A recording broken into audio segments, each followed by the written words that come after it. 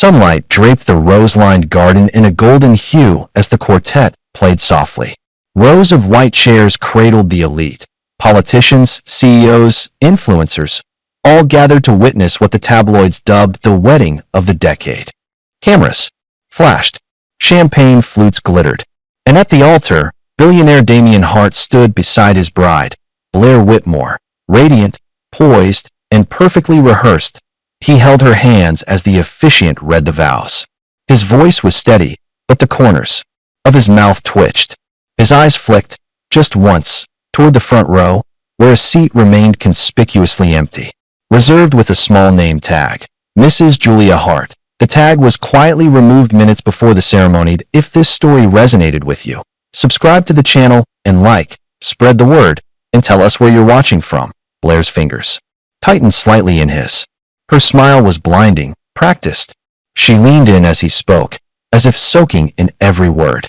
To the world, they were a power couple born of prestige and passion. What no one knew, what Damien had paid millions to bury, was that he was still married, legally, emotionally, and spiritually. To the woman who vanished 4 years ago, Julia Hart hadn't been seen publicly since the week before Damien's engagement to Blair. No interviews, no photos, no statements. It was as if she had evaporated into silence. But silence, when chosen, is not surrender. It's strategy. As Blair recited her vows, her voice smooth and trembling with joy, a breeze rolled through the garden. Damien felt it like a warning. For a moment, his vision blurred, not with tears, but memory. Julia on their wedding day, barefoot in a rain-soaked field, laughing, carefree. No cameras, no gold, just love. The applause brought him back. The officiant declared them husband and wife. Blair leaned in and kissed him, soft, triumphant, claiming him like a prize. He kissed back, but something inside him recoiled. It wasn't guilt. It was fear. Somewhere, somehow, Julia still existed. She had vanished too cleanly, too purposefully. The reception began under silk-draped canopies. Waiters in crisp uniforms poured vintage wine. A harpist played a rendition of At Last. Guests snapped selfies with the bride. Damien gave a speech, thankful, glowing. But when he raised his glass, he faltered. I never believed in second chances until I met Blair, he said. She gave me hope when the past offered only silence. The crowd clapped. Blair squeezed his arm, but a whisper started among the press near the gate. A black limousine had pulled up, long, sleek, tinted. Damien's chest tightened. He laughed it off. Must be one of Blair's relatives, he joked, but Blair didn't laugh. Her smile twitched. She recognized the license plate. Julia always rode in black. The limo door didn't open. Not yet. It waited, like a shadow at the edge of a perfect frame. Damien turned to Blair as they stepped off the stage and said, quietly, "You invited everyone, right?" She looked at him. Everyone who matters. Neither knew that a woman had watched. The ceremony unfolded from a distance, parked beneath the willow trees. Julia Hart, eyes dry, back straight. Beside her sat 4 small children, each holding a single white flower. "Are we going to the party, Mommy?" one asked. "Not yet," she replied softly, lips pressed thin. Let him finish pretending. And as the music played on, the real story hadn't started. Not yet. 4 years earlier, Julia stood in the marble foyer of the Hart estate, still wearing her wedding ring. Her suitcase sat near the door, untouched. Damien leaned against the banister above, his face unreadable, lips curled into something between pity and calculation. "We're not doing this here," she said, voice low. Damien descended slowly. Each step measured. "Then where, Jules? In front of the press? Or behind another therapist's door?" She flinched. He tossed a manila envelope onto the table between them. "Just sign it." Julia opened it. Divorce papers. Blank where her name should go. Her hand trembled. "You said you needed time, Damien." "Not this." He didn't blink. "Blair made me see things clearly." Her best friend's name cracked the air like glass. Julia's knees buckled slightly, but she didn't fall. Instead, she looked him dead in the eye. "You've been sleeping with her, haven't you?" Silence. That was her answer. He reached into his jacket and pulled out a pen. "Just sign. You'll get everything. The house in Marbella. Half the shares. Whatever makes this easier." Julia's voice barely rose above a whisper. "You don't get to erase me." He sighed. It's not erasing. It's setting us both free. When she refused the pen, his tone darkened. If you don't do this quietly, things will get ugly. You think I can't win in court? You'll lose everything. I promise you that. She stared at the paper for a long time, then at him. Something in her broke, but not loudly, not with screaming or sobbing. Her silence was the sound of a woman closing a door in her heart. She took the pen. She signed, but she never gave him the originals that night. She disappeared 3 weeks later, in a remote border town where no one knew her name. Julia checked into a small, crumbling maternity clinic under the alias Clara Monroe. The nurse didn't ask questions. The attending physician looked tired and indifferent. It was exactly what Julia wanted. Anonymity. No headlines. No bodyguards. No billionaires. Just a woman whose body betrayed its own pain through nausea and swelling. She sat alone in a dim hospital room with peeling mint green walls, her belly already prominent. No visitors. No flowers. Just silence, until he arrived, still. "Hate eggs," said a warm voice. Julia turned, startled, and gasped.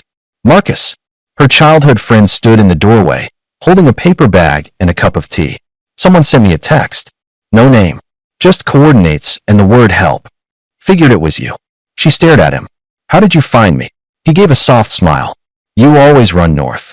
She broke down, not in panic, but in a release of everything she had kept inside. The betrayal, the loneliness, the children she now carried. Having 4, she whispered. 4 babies. Marcus blinked. All his. Julia nodded. "I won't tell a soul," he promised. Over the next 6 months, Marcus stayed. He cleaned, cooked, and protected her from the shadows. He even sold his old car to help cover the delivery fees. The staff grew curious but stayed silent. Julia's belly grew, and so did her resolve. When the day came, it was brutal. 4 babies. 2 boys, 2 girls. Premature, but alive. Julia named them quietly. No middle names. No fanfare. Just soft whispers as she held each one to her chest. "I will never let you be used as a weapon," she told them. Or a secret. Marcus took a photograph, just one. All 5 of them, asleep on the same bed. It was a promise. And proof. Julia looked into the lens and whispered, "Someday he'll see."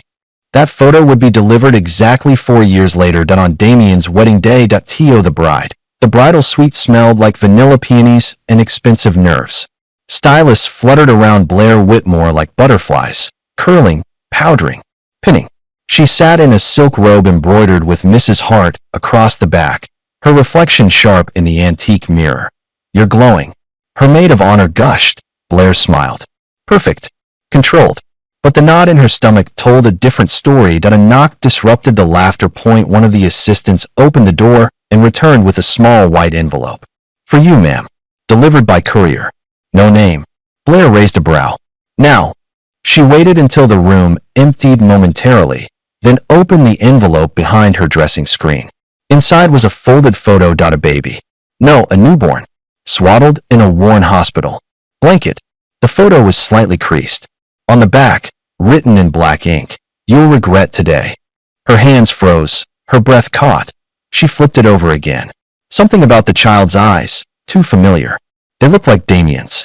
The jawline, the shape of the nose. A second sheet fluttered from the envelope. A photocopy of hospital records. Mother, Clara Monroe. No father listed. But beneath that, hastily circled, multiple birth, for viable infants delivered. A chill laced her spine. She shoved both into the lining of her suitcase and zipped it shut, just as the stylist re-entered. "All set, Mrs. Hart?" Blair plastered, on her most convincing smile. "Yes, let's finish." Meanwhile, across the estate, Damien stood alone in the groom's chamber, adjusting his cufflinks with trembling fingers. His groomsmen had gone out to toast champagne. He hadn't touched his. The mirror didn't lie. His hands were shaking, but he could still hear Julia's voice from that last night. "You don't get to erase me." And yet he had. Or so he thought. He rubbed his eyes, but the memories remained. Julia sobbing as he handed her the papers. Her lip trembling. Her refusal. Her silence. Then, gone. He had buried that night under business, power, and Blair. But now, standing in his tuxedo beside custom-stitched Vows, he felt the ghosts returning. Why had Julia never responded? No legal reply. No claim. Not even a scandal. Too quiet. Too clean. She always hated clean endings, he thought. He poured a glass of scotch and downed it in one breath. In the bridal suite, Blair stood in front of the mirror again, this time alone. The others had gone to prepare the aisle. She stared at herself, flawless and terrifying. A beautiful woman on the brink of a kingdom. She remembered the first time she saw Damien, not at a gala, but at Julia's birthday dinner. She had been wearing red. Julia had laughed that night. Laughed like she still believed in things. Blair never meant to fall in love with Damien. But she hadn't said no, either. Now she was here, wearing white, and holding a secret inside her suitcase that could destroy it all. Outside, the wedding planner rushed through the garden, giving orders, her earpiece buzzing. The guests were seated. The quartet began to tune, and at the far edge of the estate, just past the trees, a black limousine waited, engine off. Inside, Julia sat silent, watching the preparations through tinted glass. Her fingers traced the outline of her child's hand pressed against the window. She looked calm, but her eyes were unreadable. "Are we almost ready, Mommy?" one of the boys asked softly. She nodded. "Soon." And in the suite above, Blair stared once more at the photograph before hiding it deep inside the makeup drawer. No one could ever know. Not today. The wind had picked up. The white silk canopy outside the chapel rippled like a heartbeat as Damien stood at the altar, hands folded in front of him, eyes on the chapel doors. The officiant adjusted his notes. The music swelled. Somewhere behind him, cameras clicked. Guests whispered. Blair's heels clicked slowly down the aisle, her veil cascading like a stream of pearls behind her. Damien smiled. Not because he meant it, but because he was trained to. Smiling through deals, through press, through scandal, through guilt. Blair met his eyes. Her face was perfect, unreadable. The photo in her suitcase haunted her, but she refused to blink. Not here. Not now. The officiant's voice rang out. Dearly beloved, the first drop of rain landed on a flower girl's cheek. She looked up. Gray clouds had begun gathering above the estate, casting shadows across the garden. Guests glanced nervously at the sky, and then a low hum. Tires on gravel. Heads turned out. A black limousine slowed along the curved driveway outside the chapel. No one was expected. The humming stopped. The engine cut. Silence. The officiant paused mid-sentence. Damien's neck turned slightly, eyes narrowing toward the road. The rear door of the limo opened with eerie slowness. A slender leg in a black pump stepped out, followed by a second. Then she emerged. Julia, her black dress clung to her like memory, modest, elegant, deliberate. Her hair was pulled back, her expression calm as glass. In her arms, she held nothing. But behind her, for small children climbed out one by 1.2 boys. Two girls, dressed in neutral tones. Hair neatly combed. Their faces held no fear, only curiosity. They moved close to her, forming a silent wall of truth behind her poised form, and every single one of them had Damien's eyes. Gasps rippled through the crowd like electricity. Phones rose. Cameras zoomed. A murmur swelled. Damien's smile cracked, visibly. Blair froze at the altar, eyes wide. Her lips trembled, but no words came. The photo, it was real. Julia began walking forward, not toward the altar, but toward the front row. Her heels echoed against the stone path. She didn't speak. She didn't need to. The children followed, hands linked. Each step was a reckoning. Damien moved, finally, stepping slightly forward as if drawn to her. Julia, his voice was hoarse. What is this? She stopped 10 feet from him. Her eyes flicked to Blair, then back to him. This is what you left behind. The younger girl tugged on Julia's hand. Is that the man from the picture? Julia nodded. Blair took one step back. Julia pulled a folded paper from her coat pocket, a birth certificate, and dropped it on the altar table. For names. For DNA matches. No questions. The officiant quietly stepped aside. The rain began to fall, light, then faster. Chairs scraped as people moved to cover themselves, but no one left. They watched. Blair whispered. You told me she was gone. I thought she was, Damien replied. But even he didn't believe it. Julia turned to the guests. Apologies for the interruption. I only came to return something that belonged to the groom. She looked back at Damien, his truth. And then she turned, walked away. The children followed, silent and graceful. Her black dress fluttered as rain soaked the hem. Damien didn't move. Couldn't. His hands hung useless at his sides. The limo door opened once more. Marcus, older, steady, unmistakably familiar, held it.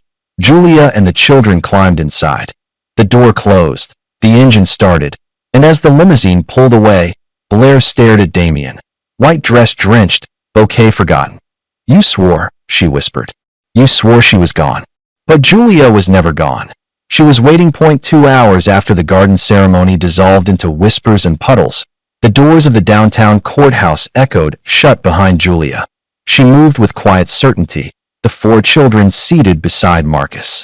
Just outside the chamber, coloring under the watch of a courthouse aide, Julia wore the same black dress, now dry, her hair rebraided with precision.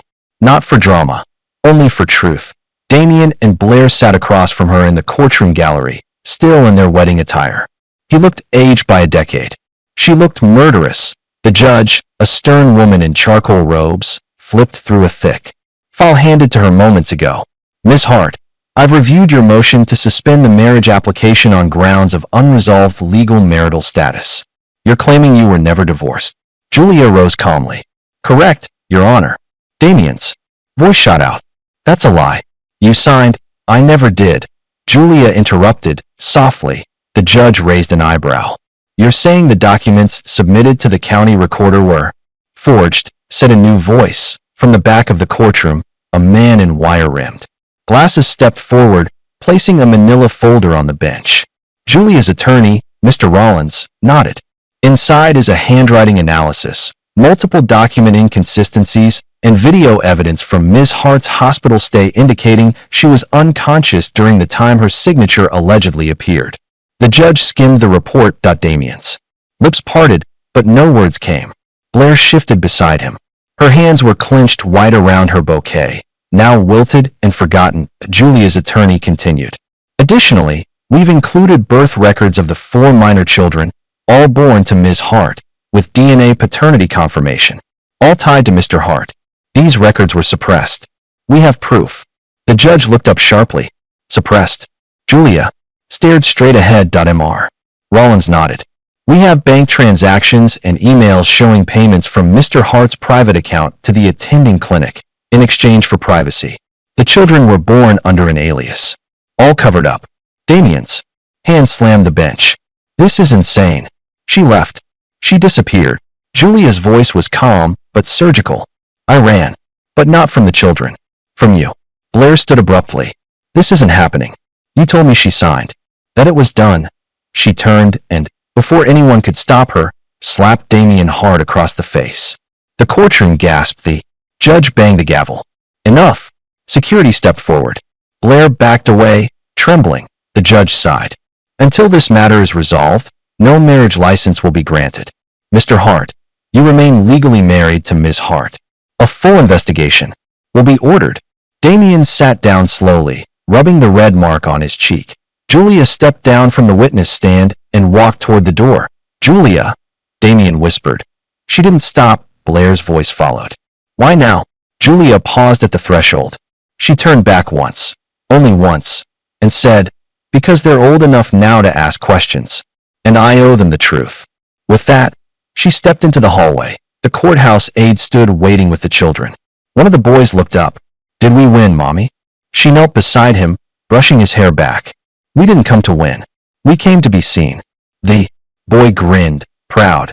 She stood again, took their hands, and walked toward the exit, toward daylight. The hotel suite was quiet, heavy with the kind of silence that comes after thunder. Afternoon light filtered through sheer curtains, casting soft shadows across the plush carpet. Julia stood by the window, her arms folded across her chest, watching the city move below.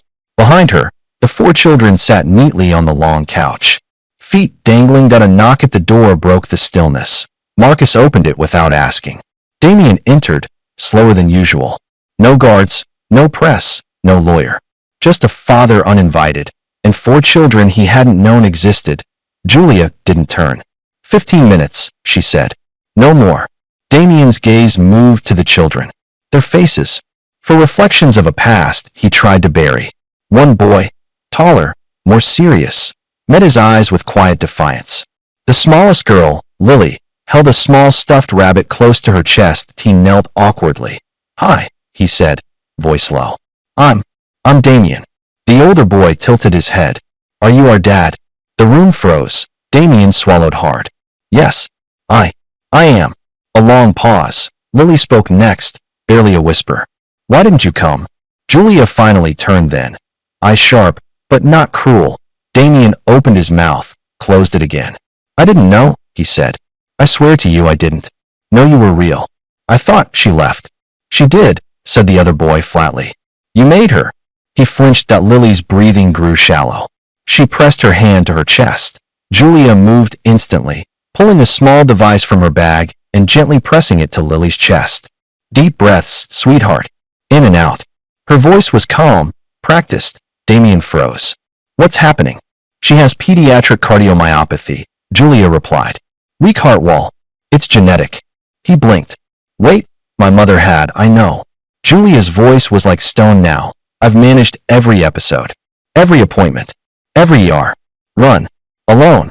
He looked at Lily again, suddenly aware of the weight of every absent year. Lily steadied, color returning to her face. She gave a faint smile, brave and practiced. "She's the strongest of all of them," Julia whispered, brushing her daughter's cheek. Damien's eyes burned, but no tears came.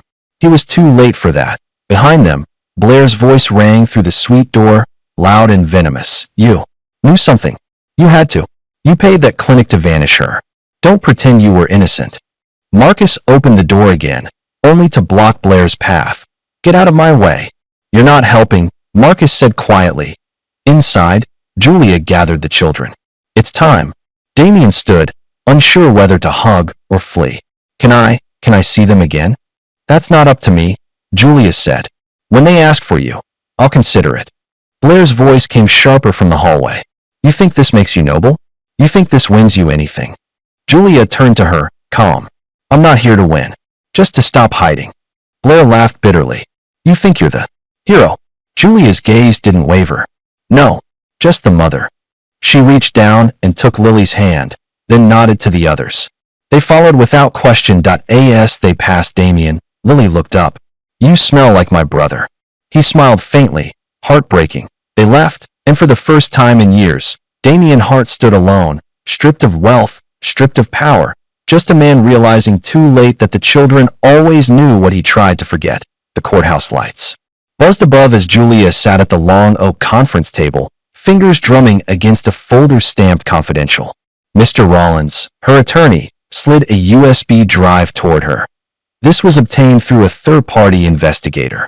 "Took some digging through deleted archives and backups," he said. Julia took it without a word. Later, in her hotel suite, with the children asleep in the next room and the door firmly locked, Julia plugged in the drive. The screen blinked once, then filled with grainy security footage. She fast-forwarded past hours of silence until, there, timestamp, 2:14 a.m., March 6. Blair. Entering the Hart Mansion. Alone. Slipping through the side gate with a key she wasn't supposed to have. Wearing black. Her face partially covered. Julia's breath caught. She pressed play. In the footage, Blair walked straight through the house, avoiding cameras like she'd mapped their positions. She moved up the staircase, turned toward the master bedroom, Julia's room.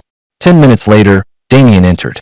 Through the front door, scanned the foyer, then followed her up. Together, Julia stared, hollow. She clicked to another clip, March 10th. The night Julia remembered waking up confused, weak, and alone. The footage showed Blair exiting the bedroom.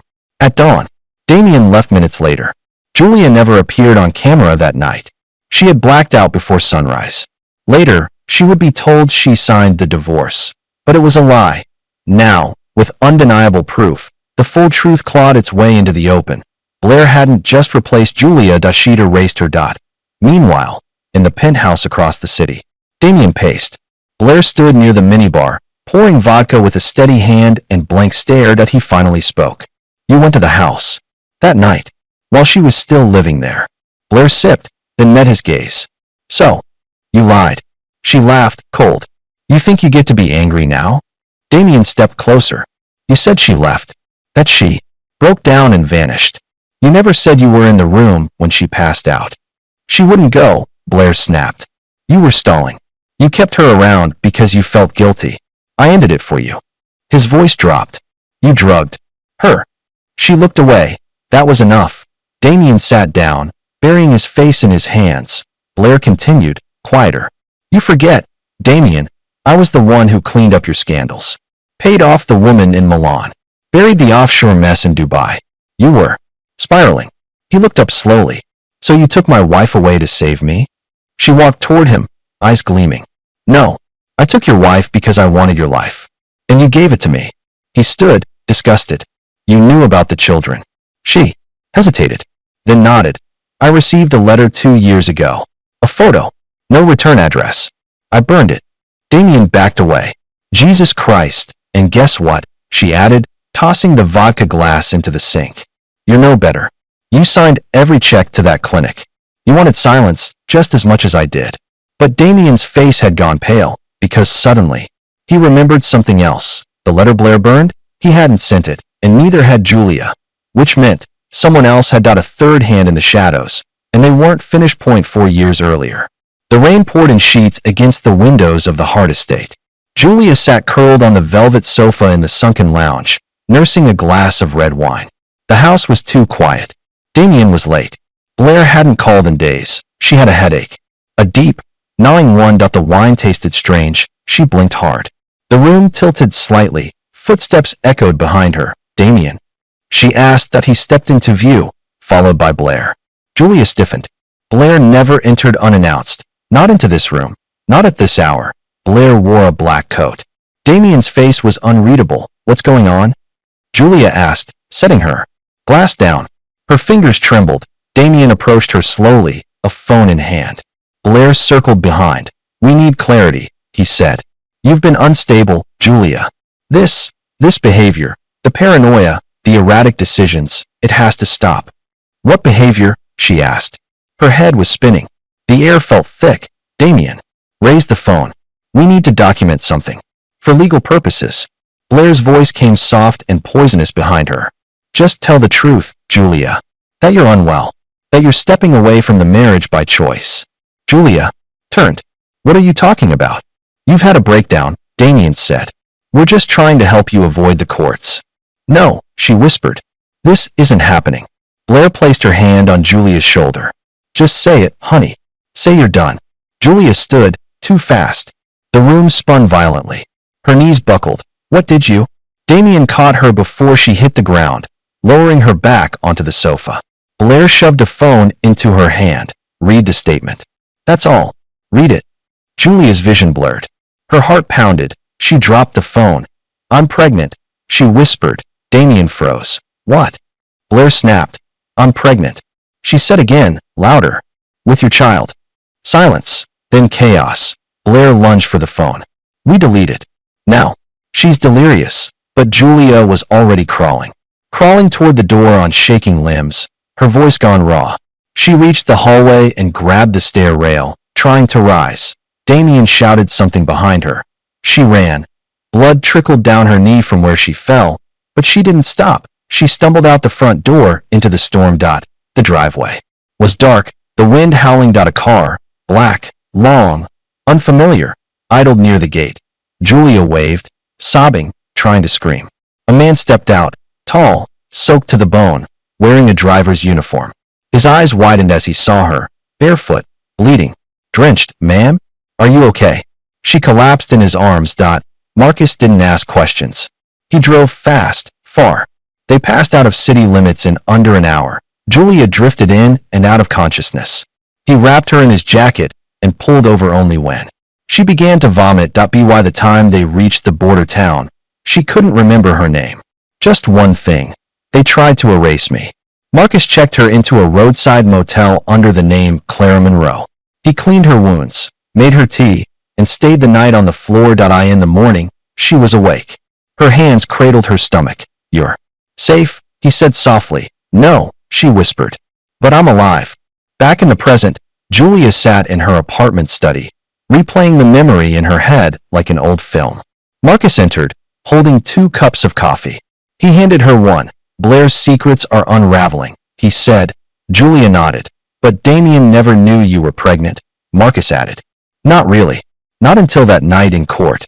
I didn't run because of him, she replied. I ran because I saw what they were willing to do. And now, Julia stood, looking out the window. The city lights blinked beneath a gray sky. Now I don't need to run. Marcus studied her for a moment. You're ready to go public?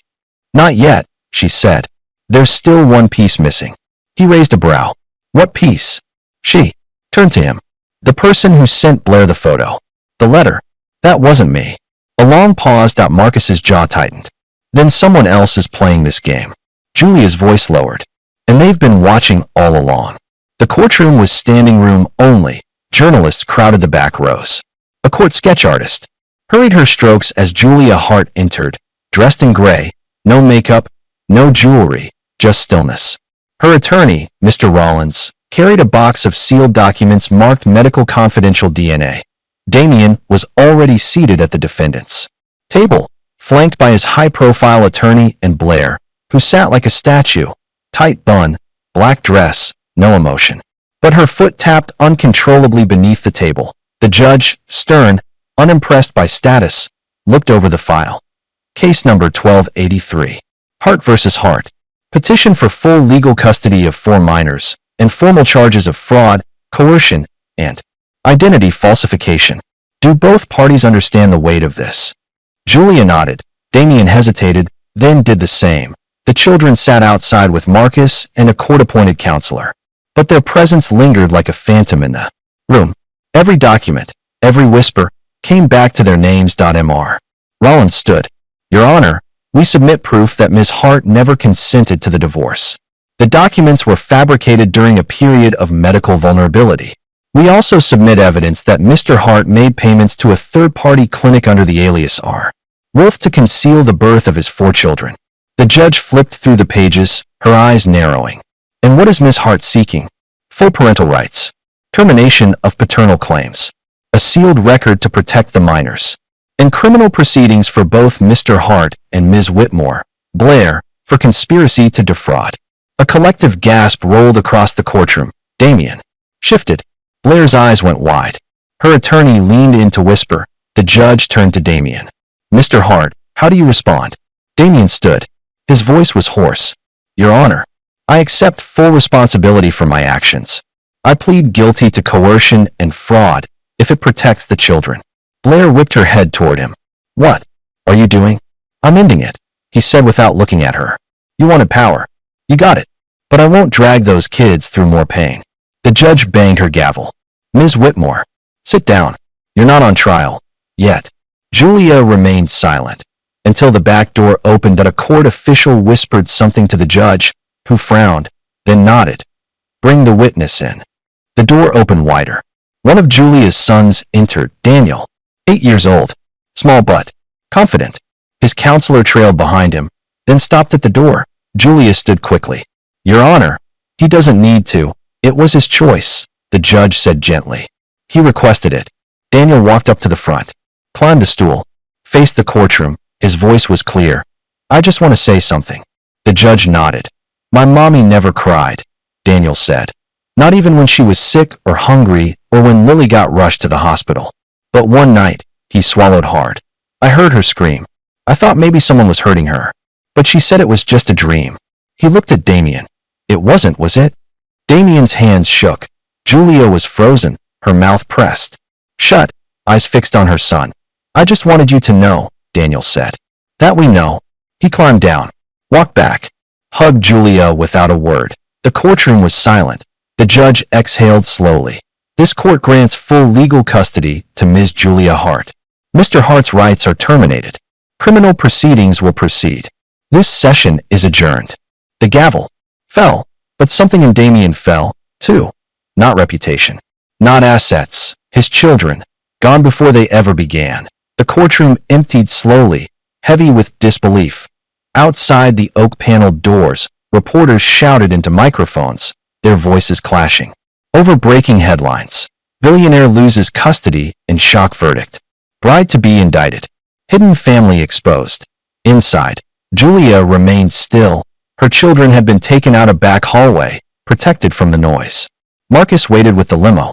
Mr. Rollins quietly packed up the files, nodding once to Julia before slipping away into the crowd. Only Damien remained behind. He stood near the railing where, moments earlier, his rights had been stripped like old paint from the frame of a crumbling portrait. No legal claim. No weekend visits. No future school drop-offs. Nothing. Just a memory of what could have been. Julia stepped into the hallway. Her heels echoed like a clock ticking between them that he turned. Please, Julia. She stopped. Looked at him. Damien looked smaller now. The suit, the status, the fortune, none of it fit. His voice cracked. I didn't know how to fix it. And I didn't know they were real. I didn't know. Julia's eyes shimmered, but she didn't blink. You didn't ask. You never asked. I made mistakes. You made decisions, she corrected. There's a difference. Silence fell between them, interrupted only by the muted sound of cameras flashing through the glass doors. He took a hesitant step forward. Can I ever see them? Not today, not even this year, but one day? Please. I just want to know them. She looked away for a moment, as if weighing every word before choosing the only truth that mattered. When they ask for you, she said, voice steady. Not before. Damien's face tightened. His lip trembled, but he nodded. Okay. He didn't reach out to touch her. He didn't beg again. She walked past him, graceful, unshaken. And when the glass doors swung open, the wind from outside caught the hem of her coat. The limousine waited at the curb. Marcus held the door. Inside, the children were quiet, watching raindrops streak down the windows, each lost in their own world of questions and wonder. Lily looked up as her mother entered. Was it hard, Mommy? Julia sat beside her, smiled, faintly. Yes, she said. But we did it. Marcus shut the door, and the car eased into traffic. Across town, Blair sat handcuffed in a cold holding cell. She hadn't spoken since the judge read the charges aloud.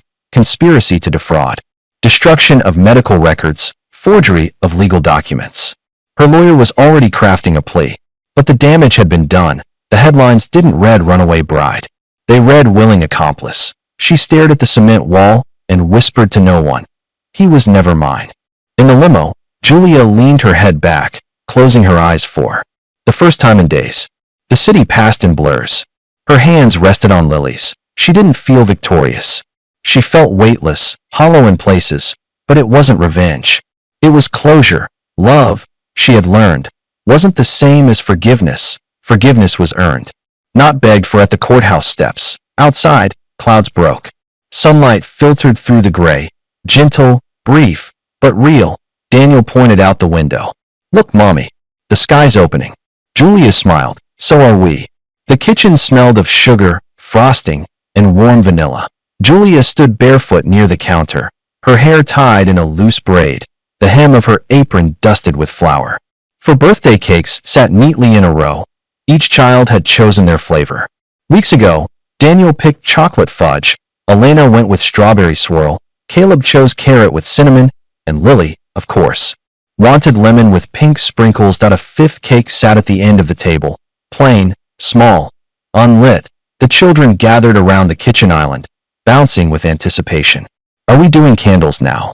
Daniel asked, already holding a lighter. In a second, Julia smiled, her eyes drifting to the last cake. Lily squinted. Mommy, why's that one there? No name. No candles. Julia exhaled gently. That one's for the life we left behind. Elena tilted her head. What do you mean? Julia leaned down. I level with them.